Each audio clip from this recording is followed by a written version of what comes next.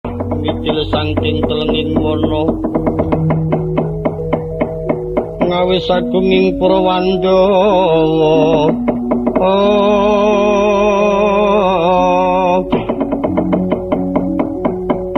umyang aku muro swaranira pendi perimunyo mangungkung mandanging akasa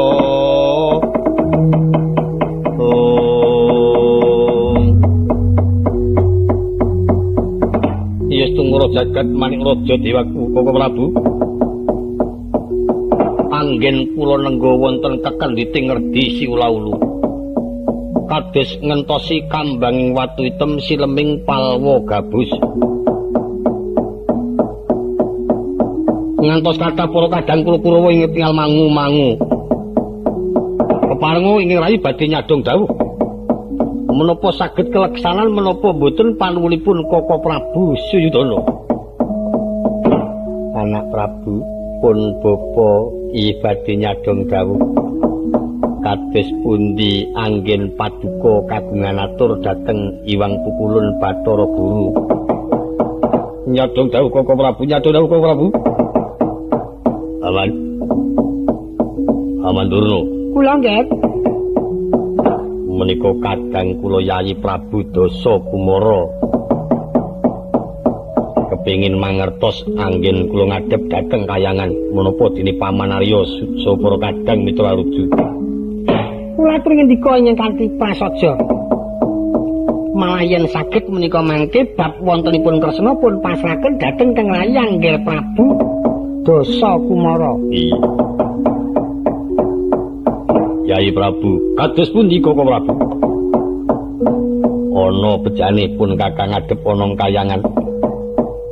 Iwang Pukulun Bathara Guru sawise nampa aturipun kakang apa dinaturi Paman Durna satemah duka yayasinipi. Terang yen dianggep pendhawa iku luput.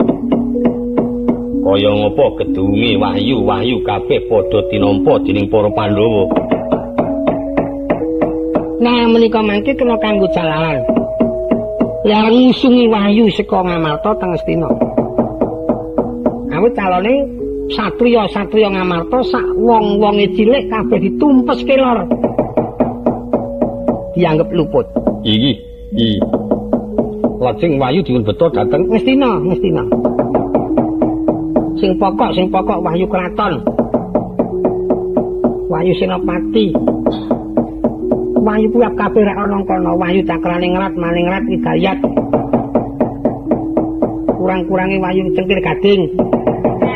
Wahyu Kambil Ijo. Wahyu Pusra Bumi. Wahyu Ndok Emas. Ndok Bebek.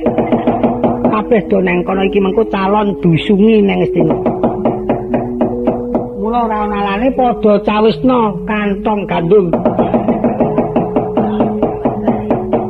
Nggawa wahyu. Iki. Ingkang kapitados sinten wani? Lho mangke rumiyin. Nanging wonten srana ingkang pokok menika Angger Kresna kedah dipun suwanaken dhateng kayangan Suralaya.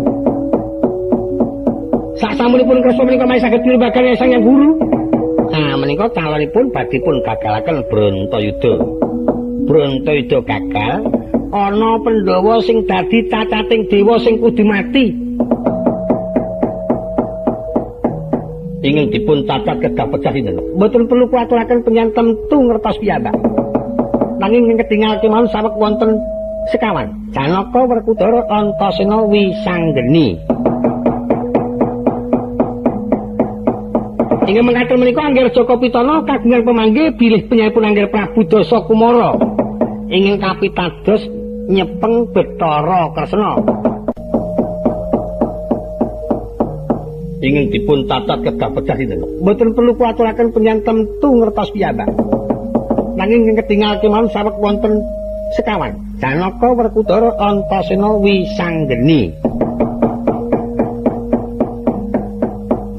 Inggih mengkaten menika Angger Jaka Pitana kagungan pamanggih bilih penyayipun Angger Prabu Dasa Kumara. Ingin kapitados nyepeng Bathara Kresna. Kula sagah nyepeng Bathara Kresna. Ampun malih namung Kresna. sedaya para satwa ngamarta kula saged mbondo tanganipun. Nanging ngatur kula ing sampun kula aturaken dhateng Paman Durna kula kedah saged keleksanan.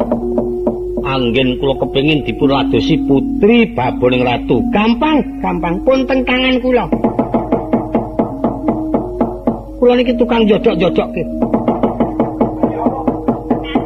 Sapa sing ora dudu tak jodhokke piakur. Urung tepung tak tepungke bisa sukses. Kula mangertos menawi ingkang calon ngulaken Widi Ratu menika Wara Sembadra. Iki Wara Sembadra. Sakedahipun Janaka menika mangke penyanyi saged lampah dipun ladosi dening Sembadra kula ingkang tanggung jawab. yen ngaten kula mboten badhe silak kula sagahi. Nah, ra ngaten sing mempeng mawon. Nggih niki mangke Kurawa dos pundi? Dipun parengaken nderek menapa wangsul. Sing ajeng ragat wangsul napa? Kudu nyipeng teng mriki. Oh iya, mangke kula sing ngatur para Kurawa. Murukaken para Kurawa menika mboten mangertos bilih kempalipun menika wonten Kuwandawaru. Ngertosipun rak namung wonten ngedina ewa semanten lajeng minggah dhateng Kuwandawaru. Bejo sampean. Ing minangka dados kanthi lampah kula paparengake Paman Durna ngetutake Hyai Prabu. Atur niku. Paman Durna mboten kenging pisah kalian kula madosi kresna. Angga kula dereke nggih. Paman Aryo, kula nggih kula warengaken para kadang ibadah patak baris. Memanuki lampahipun kadang kula Hyai Prabu Dasa Gumara kula nunggisaken dawuh panggih Prabu.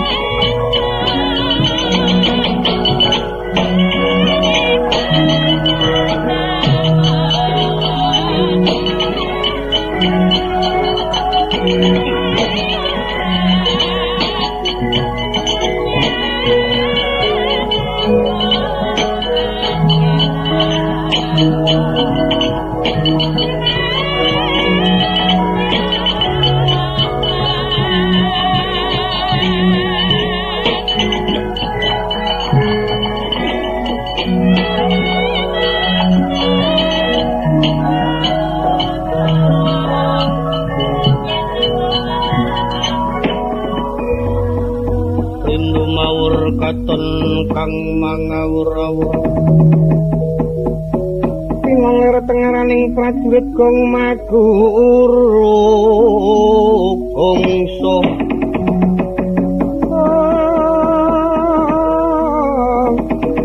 suara tetek butul no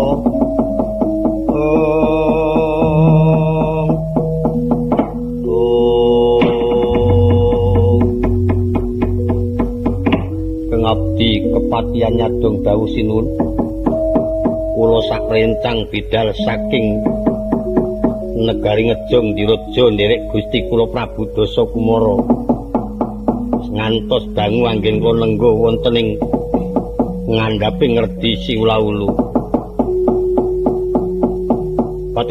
Patih Pranata Basa kula. Apa sekirane ora ana para kawula kang padha nglirwake dawuh? Enget kula kados mboten wonten. Sedaya sampun kempal wonten ing tepining wana mriki dumunung sesukuning ngerti Kondawaru. Pancen rada sawentara suwe nderek Koko Prabu Sidana Swanana kayangan. Nanging sawise nampa pangandikaning Pukulun Bathara Guru, dina iki aku dipercaya marang Koko Prabu Jaka Pitana supaya nyekel Bathara Kresna. Menapa sababipun Kresna boten dirembak menika wedal badipun cepeng. Kresna bisa kecekel, Bratayuda bisa wurung. Bisa kelakon Kurawa tanpa Bratayuda bisa ngrehake para ratu-ratu tanah Jawa. Inggih. Aku dhewe wis ngantepi, aja ming lara senajan tekaning pati tak wujuti. Nggonku bakal bantu Koko Prabu Jaka Pitana waton aku didhawuhake karo sak wanita ingkang dadi wijining ratu tanah Jawa. Paman Durna wis nyaguhi. Menika ingkang abdi patih. Iya menika patih kula. Oh, patih? Kula penemban. Kowe nampa kabejan. Iya. Janji nderekake sesembahmu mesti bakal nampa kabejan. Kresna bisa kecekel, sesambahmu bisa dhaup karo Sembadra. Kuwi putri baboning ratu. Iya. Kowe tak nehi Larasati ya sing randa los titik. Iya. Wis rikandhi nggo aku. Iya. Kang Togog. Kingko calone bojone Janaka Abidum. Kowe nek nggugu aku njaluk catetan. Sing ngomong sapa? Kae Pendhita Durna.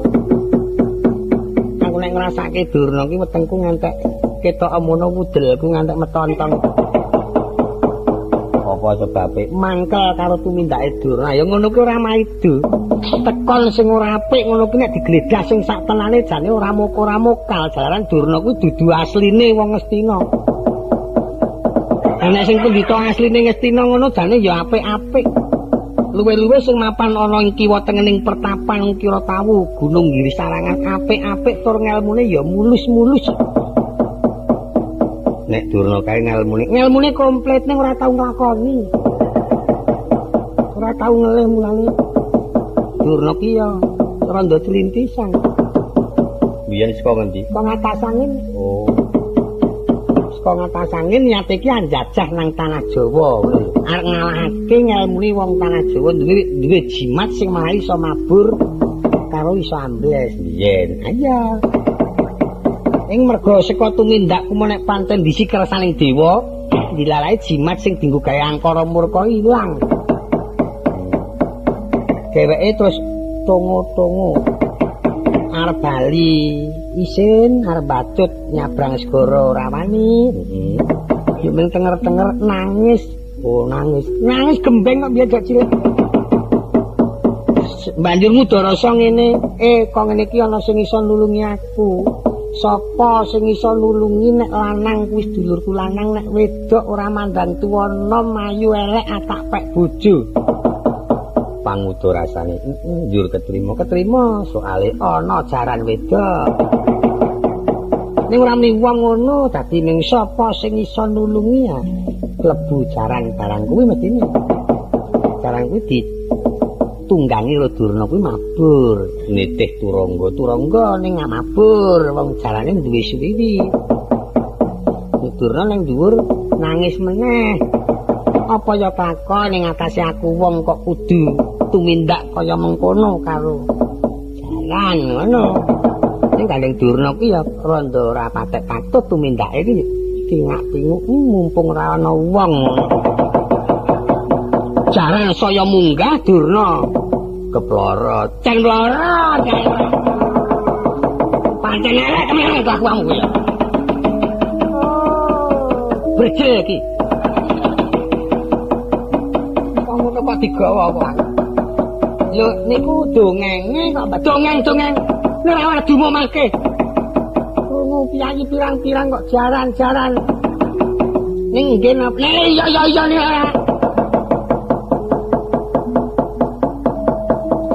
Piyayi temenggung padha ngrungokake temenggung iman, temenggung marga. Do ngrungokake kok ngandhake kok ngono terus ora iso mlaku wonge. Mula-mula ya kowe kok. Ya ngono ki nek gumantung rasane ki gawe tulodo kok kang ngandungake ngono ki men dicontoh bocah cilik-cilik nek ngono Durna ki tumindake ora apik ngono. Dadi aja dianggep ngelek-elek Durna ki wong sing kleru ki ora. Aku arep omong. Monggo. Kowe ora ngrungokke lek omong ngati-ati. Nggih, monggo pegal kok semanggaken monggo. Patih, lho. Wadya bolo kabeh didhawuhi sikep gawan. Nderek lakuku. Merepeki negara Ndarawati ing perlu akbar bondo Bathara Kresna. Toko kuwi ngerti dalan tekan Ndarawati. Sampun. Teng Ndarawati pinten dinten kalonipun? Nyekel Bathara Kresna sak tekane. Lha cilaka. Sane ngono ki wong kancane pirang-pirang kok. Pirang-pirang akeh pokoke awake dhewe iki ana kene iki dadi kukubane Prabu Jaka Pitana. Prabu Jaka Pitana ora ana. Aku arep bali aku. Aku melu aku. Ditku ngepas ki. Orane aku melu. Kowe ki arep gedhe lemu tak pikir-pikir ning kaya jumplung kanjingan nyawa. Wong ngalor wong etan melu ngetan. Kepareng kula midhaken para wadya bolo kanthi mangkasta Joko Putra cilik niku.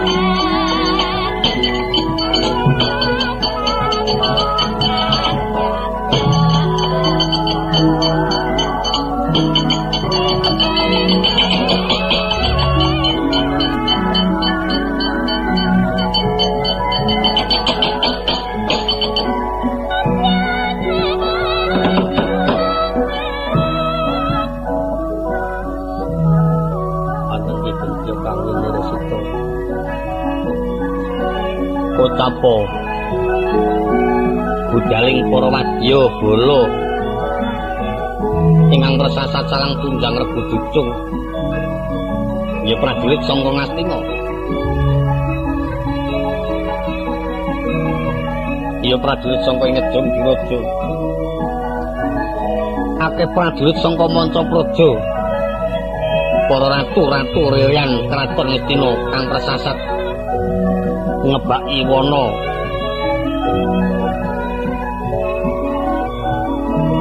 yen katondra katon luminte kaya sela blekiti sela wis ngali watu blekiti semut-semutang idil sangka ngisor watu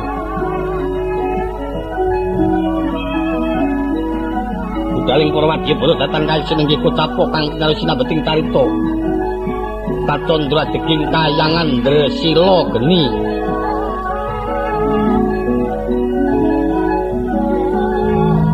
Dewi Dresanala ya Betari Dresanala. Kasibo ingkang lair Raden Wisanggeni.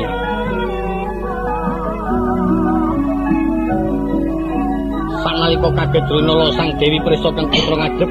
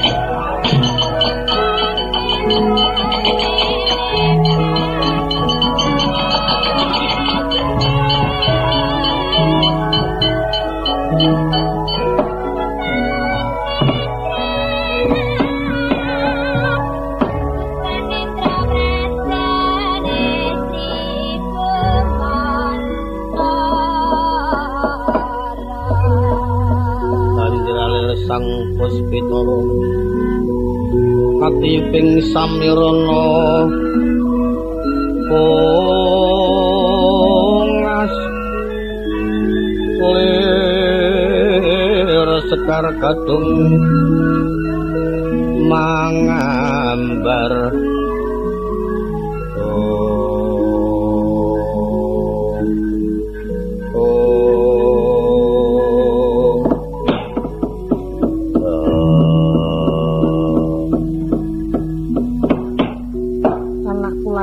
Wisanggeni sawise prayoga nggonmu ngadep ana ngarepan aku katingaling temen adat sing wis ngadep marang wong tuwa ora nganggo ageman kang kaya mengkono kok wektu iki tak sawang nggonmu ngagem-agem beda kelawan adate kaya bakal duwe karep lumaksana ana ngendi para enggal kowe matur marang ibumu Wisanggeni. Aku tak matur karo ibu yen ana luputku sing gedhe pangapuramu. Iya. Nggonku nganggo pancen beda karo wingi-wingi. Awit wektu iki yen ibu kepareng ya senajan to ora kepareng nanging kudu diparengake. Aku arep nyuwun pamit lunga sangka ing Dresira Geni arep medhun ana Mertapada. Apa setiamu nggih Wisanggeni? Aku krungu kabar. Kabar sing tak rungokake mau wangune kabar sing ana nyatane.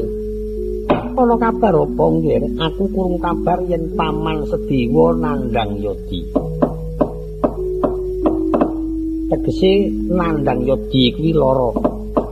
Ingkang mongko anggone nandhang Yodi rada temenan. Jalaran katon enggak sak dhuwuring atenggak. Mitroso kabar kang tak rungokake kaya dene meh ora ngukup kuandane. Jagat.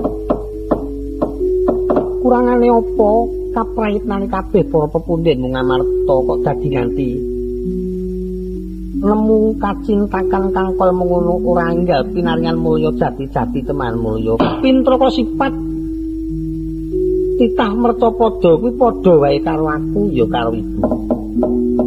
Arpa bisa ndepani jagat ya mung menungsane Ngabatara ya mung titah Ngabatara. Tak wangsuli malih kang dadi aturku. Pintraka sifat manungsa kuwi cok gampang kalimput terkadang lali.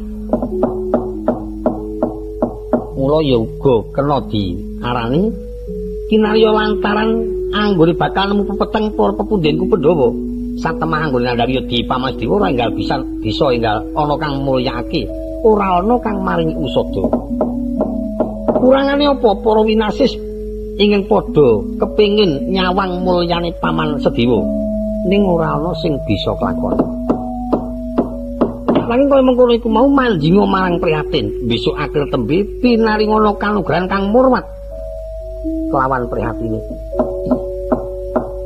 Iya nggih Wisanggeni, yen mengkono prayoga Wisanggeni enggal suwana marang Praja Ngamarta tili ana kacintakane Paman Dewa kang wis tok tampa pekabarane.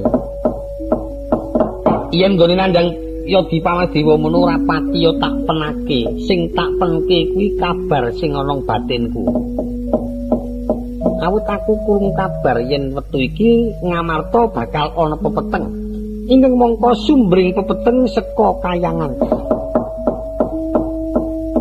Sapa nggih sapa? Ya sangka Kaki Bathara Guru. Nampa pradulaning Titamercapada. Banjur kaya gumregah penggalihe kaya dene ana kamurkan kang tumanduk marang Kaki Bathara Guru. Banjur darbe pangantam marang para pepundhenku Ngamarta kang dianggep luput. Katitik kanan bukti Kaki Brama yen jane saben sowanan iki kudune wis kondur, iki ora kondur. Lah ora kondur ki banjur menyang endi? Ayo kudune nginep. Mbuh ana dalan, mbuh ana ngendi ning terang yen iki ora kondur merga ngemban dawuh Kaki Bathara Guru. Ingkang abot. Yen dilakoni abot, ora dilakoni ya abot. Dilakoni ora wulung ora kleru karo putu, nanging yen ora dilakoni nyemplung kawah candra di muka. Kaya mengkono kuwi Bu. Banjur sing diancam sapa wae ya kabeh. Sing dianggep pokok luput karo dewa papat. Bapa Werkudara, Kakang Bambung Antasena, aku klebu bojomu. Bojoku sapa? Lah, sapa ngiliya? Lah ya wong atuamu Pangeran Janaka. Lah ya kuwi bojomu. Mbok ya Kanjeng Rama ngono ya kena to. Lho aku muni Rama ya apik, muni bojomu nyatane karo kowe ya ijab-ijaban. Mengko nek aku ora muni bojomu kowe darani ming seneng-seneng. Kuwi ya dianggep luput, dalalane luput duwe garwa nang Kayangan. Dianggep wani karo dewa merga ngibang para widodari. Wisanggeni malah saiki kaya tak tundung. Awit kowe kok mangerti yen bakal ana rubeda mertapada. Ya pancen ana sing newruh karo aku ning tumrap ana ing batinku. Yen pancen ibu semarengake, aku malah tak nyuwun pamit mangkat saiki. Ya muga-muga Jawata marengake mengko lantaran sangka pambudidayaku kena kanggo gawe meper sak liring angkara murka kang bakal tumanduk marang para pepundhenku Pandhawa. Ora liwat ningali mangsa bodho sing ati-ati pisan iki. Pangestumu tak jaluk, Bu. Iya, nggih.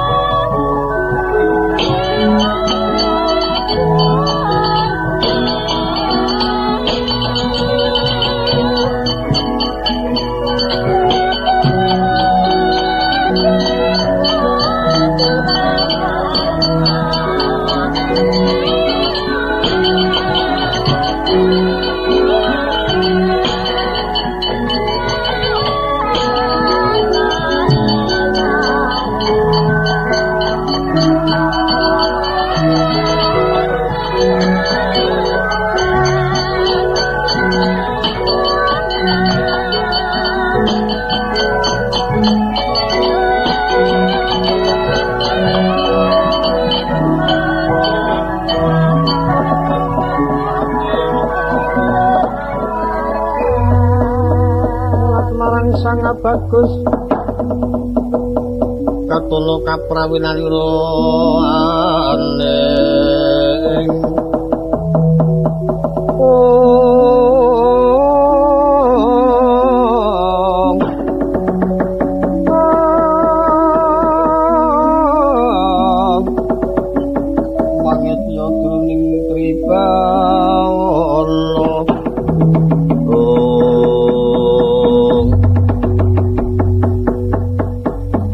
Wis tuwa jagat manik raja Dewaku. Sawise aku didilangi Kanjeng Ibu, bakal merpeki marang Praja Ngamarta kepingin arep mangerti swasana ing negara Ngamarta. Lakuku kok kaya ana kang beda. Ora ana sesrimpetan kok kaya dene ana kang ngrimpeti. Ora ana apa-apa kok kaya dene ana sing ngalang-alangi. Iki apa pancen pangaribawa sangka jroning hanggaku pribadi apa pancen klebu cobaning dewa? Lho. Aku ngudarasa tanpa kanta tanpa kanthi karo nyawang kahanan ingkang gumlaring jagat. Aku ora bakal pangling kaya iki kaki Bathara Nrada kok mlayu-mlayu ora nyandang dewa ki arep ana ngendi kaki mandegoske.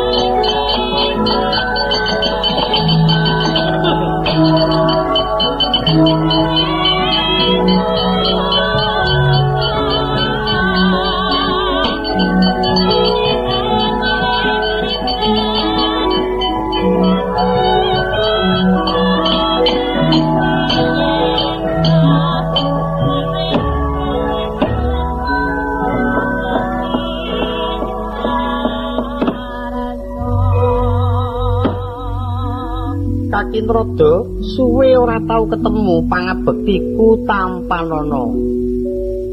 Kaki Bathara Nrada, ya ulun trima wisanggeni kita ngaturake bekti marang ulun. Nanging wektu iki kita ulun larang aja matur Bathara.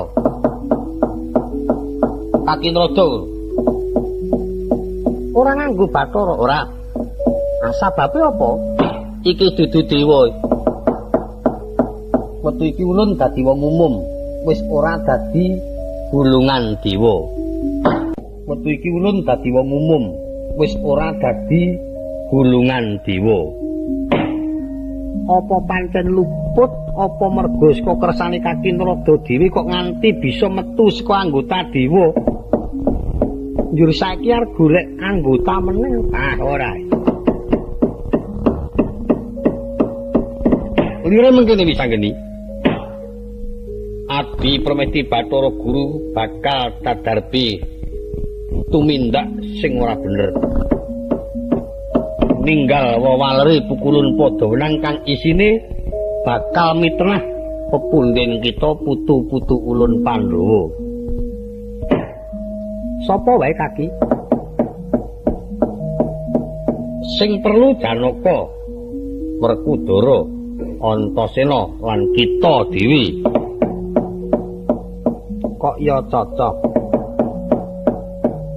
Banjur ingkang pokok bakal dijak rembugan murungake Brantayuda. Kresna. Yen ora manut Kresna bakal diruda paripeksa uga diancam patine sing dipercaya Suyudana. Cocok meneh. Kaping pindho pamanmu Sedewa. Minangka kanggo gawe pamungkasing Pandhawa kang dianggep iku ya uga wicaksana ning panganggep perkara wicaksana lan olane ulun ora nekseni nanging panganggepe iku pinangka dadi kekuataning Pandhawa. Waton Kresna karo Dewa bisa kecekel gampang nggone mateni para Pandhawa siji-sijine. Kok cocok meneh. Ora kok cocok. Aku krungu kabar ya pancen kaya mengkono iku. Aku saiki nyuwun prisa yen ingkang bakal nyekel wa Bathara Kresna kuwi genah yen wa Prabu Suyudana. Ya. Mbuh dilakoni dhewe mbuh wakil ning sing dipercaya kuwi. Ya pancen ya. Nyuruh aku nyuwun prisa sing dipercaya nyekel Pamasdewa. Ya kakek kita dhewe Bathara Brahma karo Yamadipati. Oh, saiki aku tak nyuwun prisa mungguh kanan kaya mengkono kuwi yen pemanggih kaki nerada kepiye. Yen bisa didandani, ulun ora bakal darbi rasa serik marang Adi Pramesti kudu ngancam cilik lara gedhe lebur Adi Guru babar pisan murah. Kabeh iku mau kena kelimput. Mbok menawa iki minangka dadi cobane Adi Guru tumrap marang Kang Murba dumadi, yen bisa arep ulun dandani, murid bisa pulih kaya wingi wuli, malah iso luwih becik tenimbang sing wis dilakoni. Kuwi cocok karo penemuku. Suralaya yen lagi asta marang kaki Bathara Guru ya sapa sing nyekel? Sapa sing nyekel ora ana. Nang yen pancen ana tumindaking kleru, Sang Hyang Guru wajib didandani dibenerake. Ora mokal lan ora bakal kena tulasare awit kaki rada luwih tuwa tinimbang Sang Hyang Guru. Iya ning ulun ora duwe kekuatan. Ingin tak kuwatirake nganti ana kamurkane para dewa-dewa, aja kuwatir aku minangka dadi bau tengene kaki rada. Ah, mantep aku. Saya mantep iki. Yen bisa saiki kita kepengin buktekke, ulun percaya pethukna kakek kita Bathara Brahma karo Yamadipati ana ngendi lakune wis tekan sukuning Gunung Kandawaru. Iki mengko yen aku buktekake nemoni karo kaki Nrata apa kaki Brahma karo kaki Yamadipati mesti ana kedadian pasulayan. Yen nganti ana kedadian pasulayan apa kira-kira ora kena tulasari? Senajan tomong seklimang ngendikane kaki Bathara Brahma mapan kuwi pepundhenku sing tak kuwatirake yen nganti ana tulasare kang tumanduk ana jiwa ragaku ulun sing arep namengi nek pancen ana tulasare Bathara Brahma tak tampanane. Banjur carane ulun tak momong ana kita. Wis temono tak nang kene ya. Yen bisa malah kita secara samun aja nganti ketara. Ya bab kuwi mestine aku wis duwe pikiran dhewe. Ya ming njaluk pangestumu kaki rada mengko jajal kaki Brahma tak petune sing ati-ati tak janggung bisa ngene.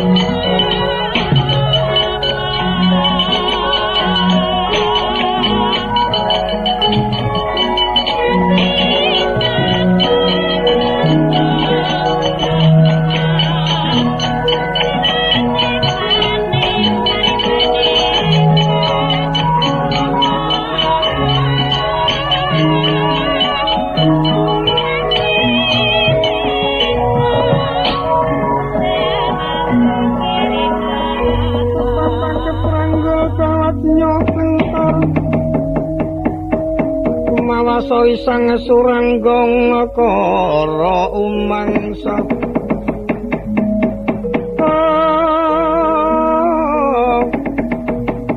tuaneng jroning ngaloka pamuknya pindha kembar sewu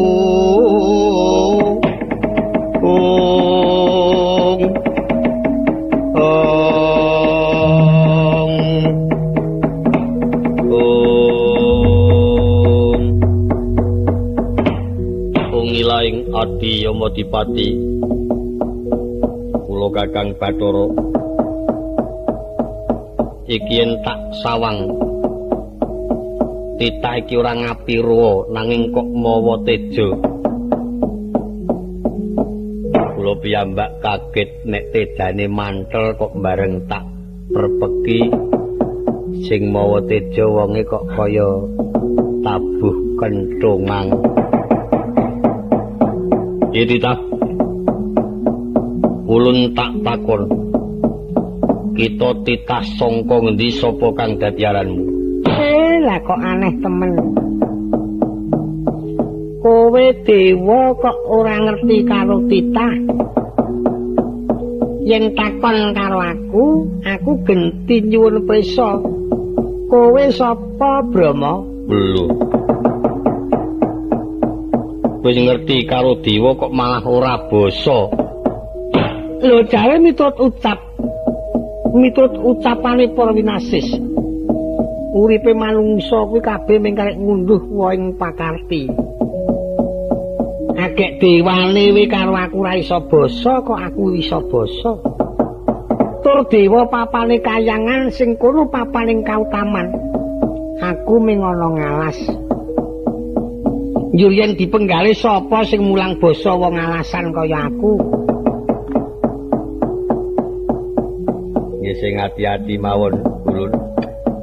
Ning senajan to ulun nungkak krama ulun rak dewa. Dewa ki nek mapan ana kayangan. Kudune dewa ora lunga-lunga ana kayangan. Ora pati-pati medun Mercapada nek ora ana wigati sing bakal pen marang para jiwandana, sing wigati tumraping para dewa. Bareng ora ana apa-apa wigatine wigati sing angkara murka. Kok medun? Sing ngakon sapa? Nek Brama kok medun ana Mercapada ora sing ngakon kuwi jenenge dewa sing kleru. Ya Madipati barang kok ya medun. Ora nang dhuwur kesel kok. Malah gentenan wani karo dewa. Ora nek pancen aku titah sing luput nggih endi dunungna. Aturku mau bener apa luput? Nek dewa kuwi ana kayangan, nek ana kene ya ming padha dititah Mercapada. Lan bisa uga yen ditliti temenan kowe iki gawe patuladan sing ora apik. Wis rasa tak aturke kowe kudu ngrumangsani, kowe bakal tumindak sing ora bener. Iya apa ora? Aku titah ning ngerti karo dewa Bathara Brama, kayangane Ndresila geni. Sing mburi kae ya Madipati. Kayangane Sela Mangumpeng. Ya syukur nek wis ngerti. Nek nyoto kowe dewa temenan, aku anake sapa? Wis jajali, jenengku sapa, aku anake sapa? Iki anake sapa, Di? Aku mbedhek kowe anake Setra. Dudu. Nek pancen luput kowe mesti anake mbokmu. Lah aku rasa kowe kabeh cah cilik-cilik do ngerti nek aku ki anake Simba.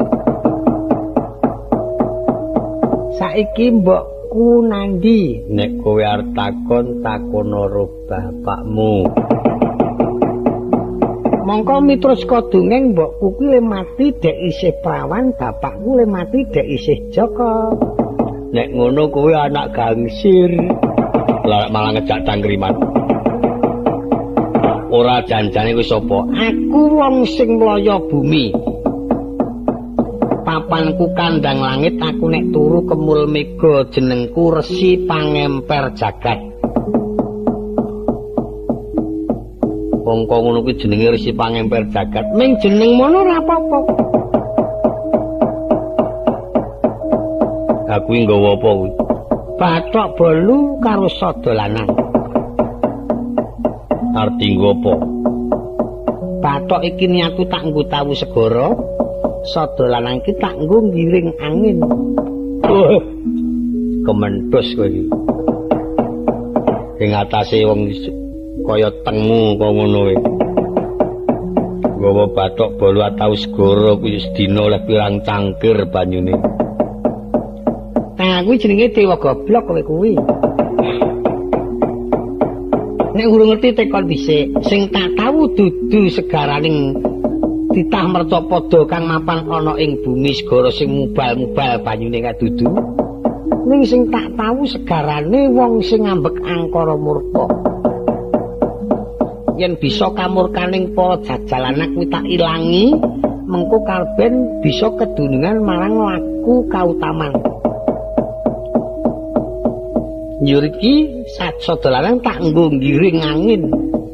Perbawaning angin nanging manungsa ingin bakal lumusake angkara murka ya wong kang laku culika kudu tak brasta nganggo iki. Bangsane kaya wong maling, maling bondo, maling wanita, maling donya brana, maling nyolong nyawa. Kan kuwi mongko sing jenenge maling ki wong sing mlaku nyala wadi. Nek dewa isine ana 30 songo kok ming kepethuk loro ki nek ora wong nyala wadi ora kelakon. Kowe dewa bolos kowe ya. Kancamu rak 30 watake songo kok dadi ming ana loro. Arep muni piye awake dhewe. Nengkemon dianggep niku wong sinting ngoten. Sing ora sinting doneke sinting bareng sing do sinting do dinengke wae. Mongko aku ki wong ora sinting, nyatane aku sago mbrasta kamurkaning jagat. Gek kowe dewa do sinting arep mateni wong tanpa dosa kok mah dinengke wae kepareng. Ngerti temen. Lah niku eleke niku. Mula senajan dewa ora kena kumingsun dupi dewa niku pinter saniki. Agek wong ting clitet kokoten menawase ora jaman. Dadi terangi saniki ora kena ngilani karo sak padha-padha. Ora kena gegabah karo sak padha-padha senajan klular-klur bisa kelakon sinten ngerti pikirane. Niku nek nggugu kula mang pateni mawon. Ora urung miyak wewadi.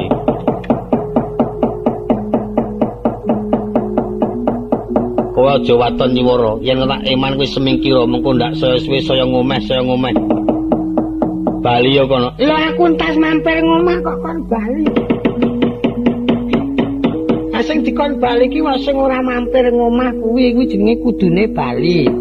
Kowe saka kayangan sing kudune kondur nang Gresila geni kowe mas kepethuk anakmu wedok. Urung. Wis ngudang putumu, urung. Sing tak penke ming mbok iso mati ya wong iki. Aku nampa ganjaran. Arak dewa ning sing dipenke ming nggon biaya wae. Jan makeri. Mbok kek dipateni wong kok ngono kok ora samber bledek lho. Lho sih disamber kok wong sing elek kaya ngono kuwi ana kok ngene kok disamber bledek ya aku ki dosa apa? Ora gelem semingkir kelakono titah krasa tangan. Lho kuwi jenenge panguja kamurkan iki aku ora marahi lho. Aku yen marahi kerengan mesti kuwalat merga kono dewa aku mung titahe wadene iki aku tok tantang. Ayo mengko nek iso tak males nek ora iso ya aja lara atimu karang wong ming aku. Nek iso mateni aku mata jaluk mati otek kowe karuan aku lakoni malah kepeneran tenan. Temenan kae. Pancen iso aku kudu njaluk mati nek. Sebabe ora kuat nyangga pengaribawane ngutang. gawe wae mlungso-mlungso kok ketok gegawangan wae. Tak wae nyambut gawe apa-apa anggeran untek. Nantang perkara kakon jabut nyamuk. Mrene njabut aku lek nek ora ngriso njabut aku aja takon dosa. Kelakon ana dewa tak jabut nyawane keparat mati ini kali.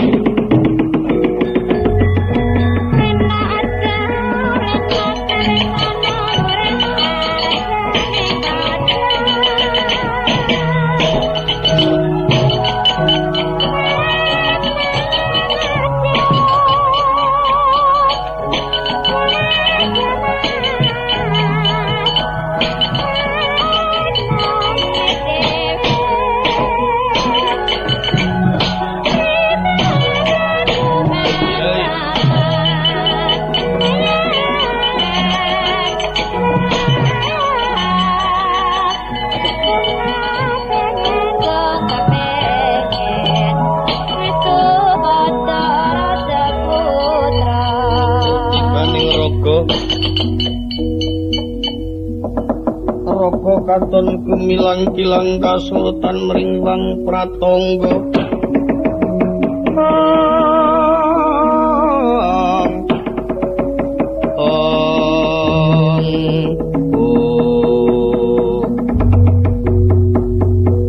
Rasakno kelakon ilang nyawamu.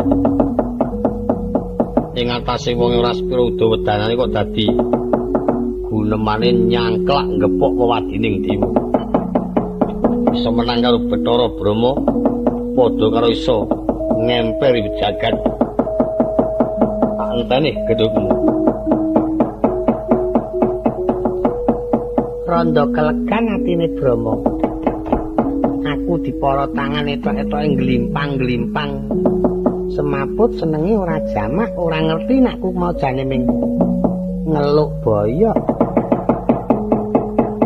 Kowe iso tangi. Hah? Iso tangi. Nakit wingi iso tangi. Ora cengenges-cengenges. Nek pancen wani karo Dewa Mrena kelakon keprandangan dening aku. Aku entuk males. Nek pancen iso males. Oh iya. Lha nek iso mono ya mesti iso mening bisa tekan kono mbok ora ning iso aku.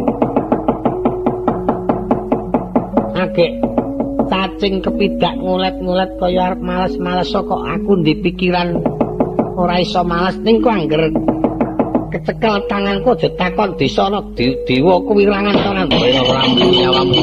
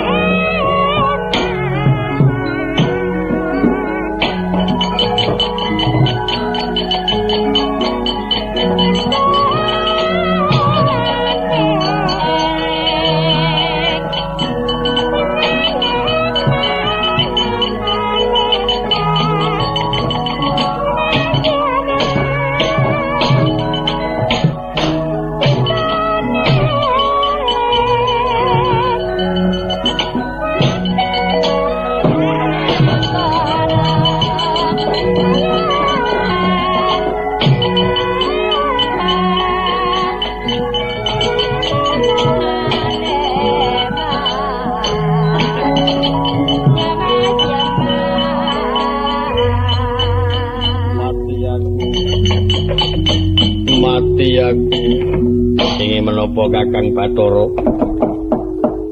rumangsa ora kajen nek wonge mono ora sepira di nanging dheweke tak para tangan kaya rumangsaku nyepelekake buktine pripun tak antem ya klekaran ya mengkurep yuk mogok-mogok jogetan mongko karo guyu cengenge sang tak banting wis tak kapak-kapake ora mati malah mripate menteleng nek rondo jembal titik mono rondo apik lah wong kaya mata pitik lho kok aneh temen ing atase titah kok dipateni dewa kok angel niku nyawane teng pundi mongso bodho pun saniki ampun ming dipiloro mongko janjane nek dewa niku kerengan karo titah ora perlu nggunakake kemanden anteping tangan kemanden anteping tangan iku nek wonten karibetan gepuk gunung utawa gepuk watu item sing gedine ngungkuli gajah niku saweg bisa digunakake nek ming titah mercapada akeh didamu men rampung nyawane kok panjenengan nganti mara tangan disepelekake ya tak damu barang ning wangune tak damu ming isis ora krasa lara bukti nyatane ora duweni rasa sambat luwih-luwih semaput ya ora sakniki mboten ming niku kemanden sing pokok digunakake diperjaya mawon sisan-sisan lidat dadi dewa dosa calone ya arep mateni wong ora mboten apa-apa apa kelakon tak tibane kemanden geni dimanggaken ora semingkir aja takon dosa kelakon kelagar daun kelar lampung nyawamu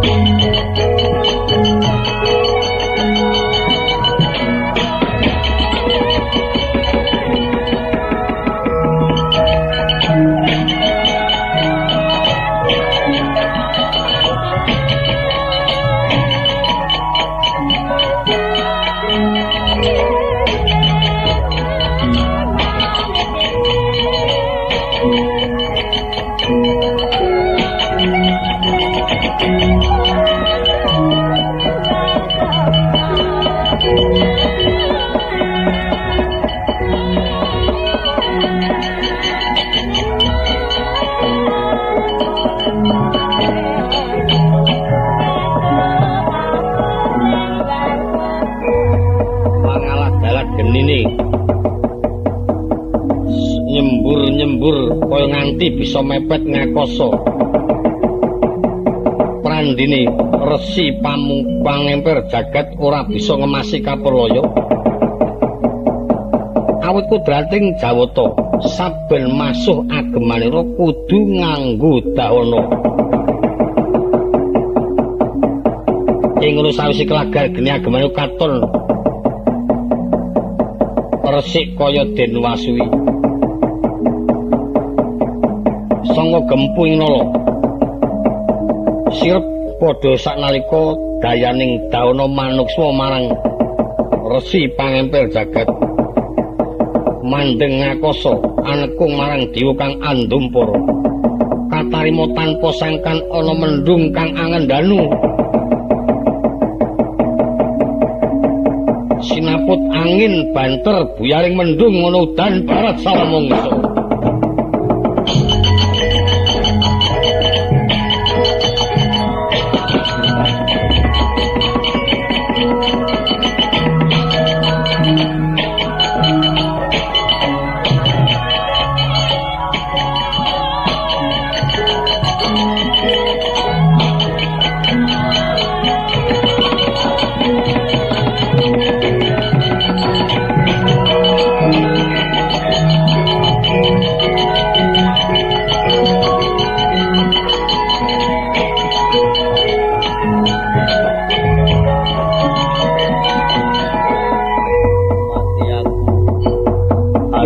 Matipati rumangsa lara atiku ing atase titah mercapada tak tibani dayaning dawana ora bisa mati malah sandangane sing dienggo ketok resik kabeh ela cilaka aning kok mboten wonten napa-napa kok udane dresik mboten jamak Lah ya iki piwalese ora ana sangkan paraning mendung teka angendanu ana ngakasa pecahing mendung udan nempuh marang awake dhewe. Agek iki aku dadi dewa kok kademen. Monggo nek teng mriki mboten wonten anget-anget. Golek mboten saged teng tengah ngalas gung liwang-liwung. Monggo klambi kula niki wol. Kodanan abote ora jamak. Tulung kira kemangke wangi meres yas. Dewa kok peres-peresan. Rumangsa diwirang-wirangke karo si panemper jagat. Ketoke nek wong ngene ku mung congklak cangklik. Kaya anake marga sing barep. Sing kok terajangi kok kaya koten. Apa adira iso malesake mateni karo si panemper jagat? Ajeng dinapake. Jabuten nyawane, njabut nyawa kena niku rak nyawane wong sing tekan pestine. Nek sing dereng tekan pestine ajeng dijabut, ampun male kok mung dijabut dungkel-ungkel rak mboten. Ya nek apa kanggo jalaran walesna di. Awit pun Kakang lan Siadi wis diwirang-wirangake ing atase dewa diudani kok mangkene nggih cobi mangke. Ning mriko mangke nek weruh kula crindil saya ling guyu kemekelep. Pun kajenge disin-isin tekate ora weruh wong mun. Mangke kula jiabute nyawane ampun Pak. Pun kajenge disin-isin tekate ora weruh wong mun. Mangke kula jiabute nyawane ampun Pak.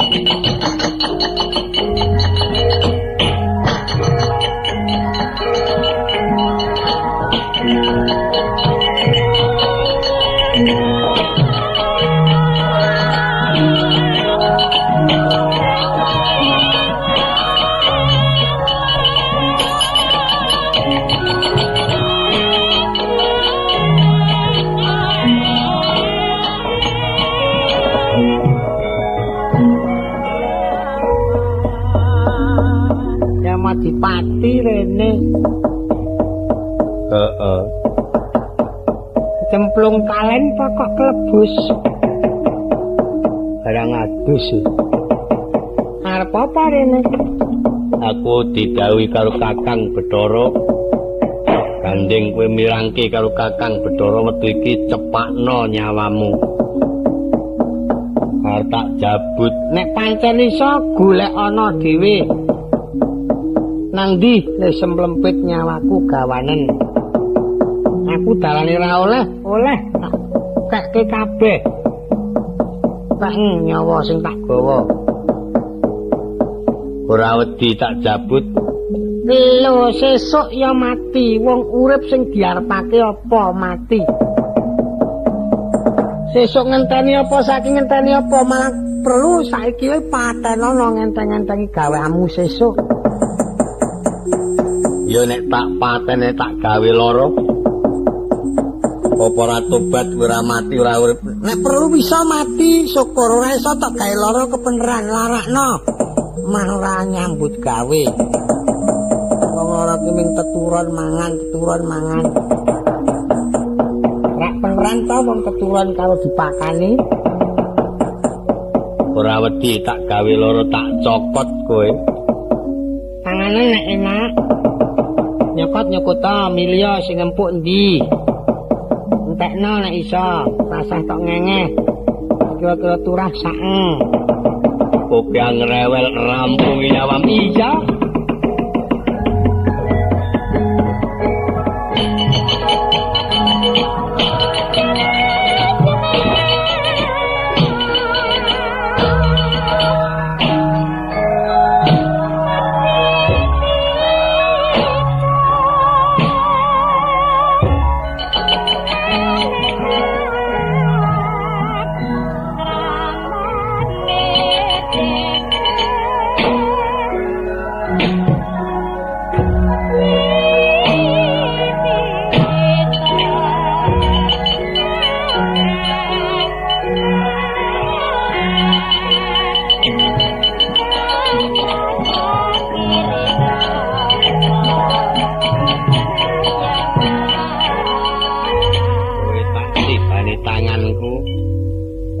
lakon rampung nyawamu mongso ora semaput kowe antuk-antuk iki kepi kok diantemi nyelem-nyelem kok maling lenggat-lenggut Hah? kowe turu Heeh. lekon mati malah turu Karang tok pola mau yo malah liyer-liyer kepenake ra ilok. rampung nyawamu tah siramu ilaih kowe iki mati ya Apa tok usek-usek kae nek ora mati ya ora mati. cokot pedhot gulumutnya kota Cokot kene nya. Kene, nah. Kene, nah. Entuk kok aku. ilaih kok ya ora pedhot Lah rasane nang nguntu piye? alot Ayo digodhog dhisik rubling. Men rondo empuk setitik. ora ndene iki wong siji kok mecengel apa sing mari ampuh blangkone iki Apa kapak-kapake aku ora males kok. Sing tak kuwatirke engko aku males pisan kowe njur semaput. kowe tak tibani tanganku tak tendang dicokot ora temomo getak bablas Getak oh, lakon bablas kok ora patik oh. bablas Malah ra lunga-lunga. kowe iki kenjingan ngopo Ayo digoleki dhewe. apa kelakon tak cabut nyaut Cabuteng. rampung nyawamu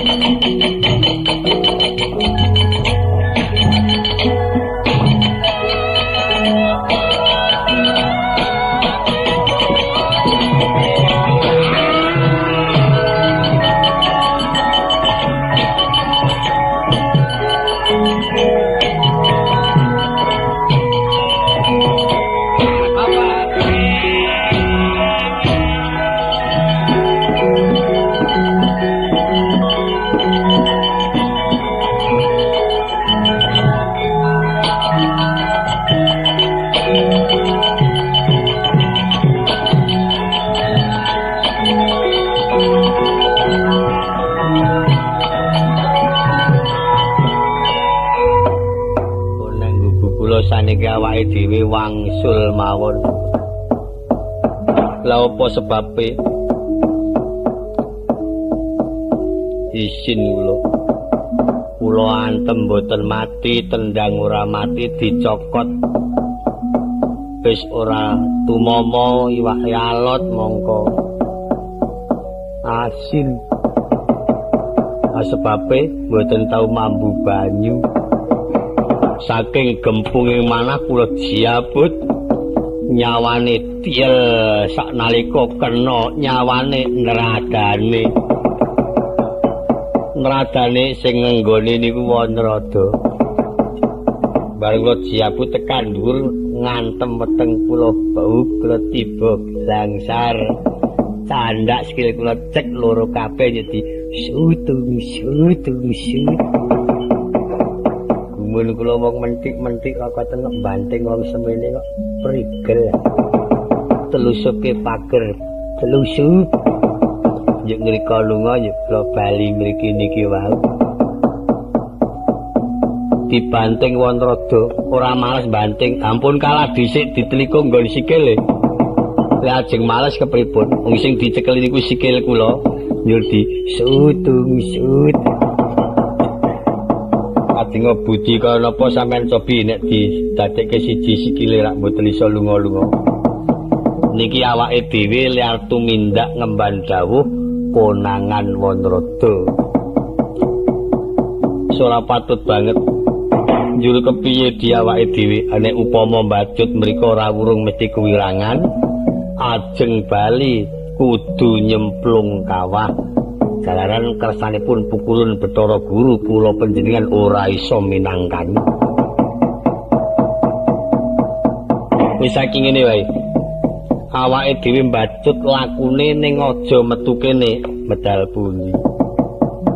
Metu sisih ingkang kidul kulon. Nglusup wana bombrong siwrayang manjing tuk paribelis mlumpat bengawan suwili gonggo. Jujuk Tegal Kurusetra wis caket karo Ngamarta. Monggo rak minger dalane. Lah iya nika mangke terus teng Ngamarta omong. Watake Wandrada yo terus pidato. Iki mengko calone ana dewa loro arep njabut sedewa. Do temonana iki penolaking dewa aja nganti kowe krasa ditibani kemandhen. Pengapesane Bathara Brahma ana kene Yamadipati pengapesane iki napa mboten cilaka. Awake dhewe mlaku rada dibanterke Wandrada niku nek mlayu nglinding mah cepete ora jamak. Pun sak tiba marang awake dhewe cilaka. Ya wis metu pungkuran dijulung tungkul rawurung mangke ya konangan. Konangan sing jaga kedaton Ngamarta. Matek kumayan jati mulya aja nganti konangan dening para putu-putu Pandhawa Janaka ndilenga jayeng katon. Janaka mangsa ngerti sing nuduhke Wandrada nika wau.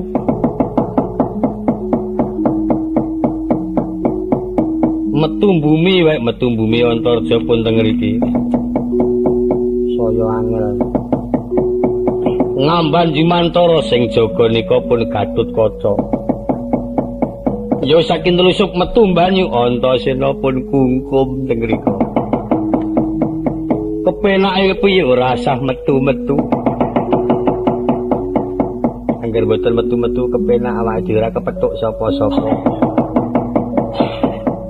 Konjuk gugu awake dhewe sing bab kira-kira bebaine rasah dikandhake mengko mundhak nipisake nalar nyepetake pengarep-arep.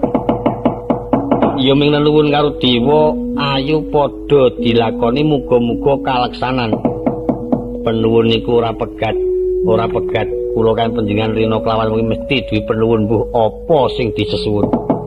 Ning kosok baline penuwun menika yen kanthi laku kang temen adatipun sing kuwasa cok njangkung kekarepane mbuh kapan liketekan. Nek penuwun niku tumindak ajeng angkara murka arep gawe pitunaing liyan sing akeh kok ora temomo. Mesti malah cok bali temomo teng awake dhewe, nyilikke ati meneh kuwi. Wis kowe melu karo aku rasa temandang ana apa-apa mengko aku dhewe. Ah nek mengkon melu gelem. Tegese melu niku sampean mlaku kula ngetutake teng burine ning sampeyan sing jaga keselamatan kula, jaga awak kula, jaga weteng kula. Wis melu. Nah, pun manut wong melu ra nyambut gawe tak gawake tas ya sik. Liwatane kula mang tanggung aja kuwatir ana apa-apa aku dhewe. Mengko sing mateni Dewa ya aku ming kari ya Yamadipati nggawa sak mangsa-mangsa tak dawuhi nggih mangke nek pancen bejo sampeyan tak awani Dewa.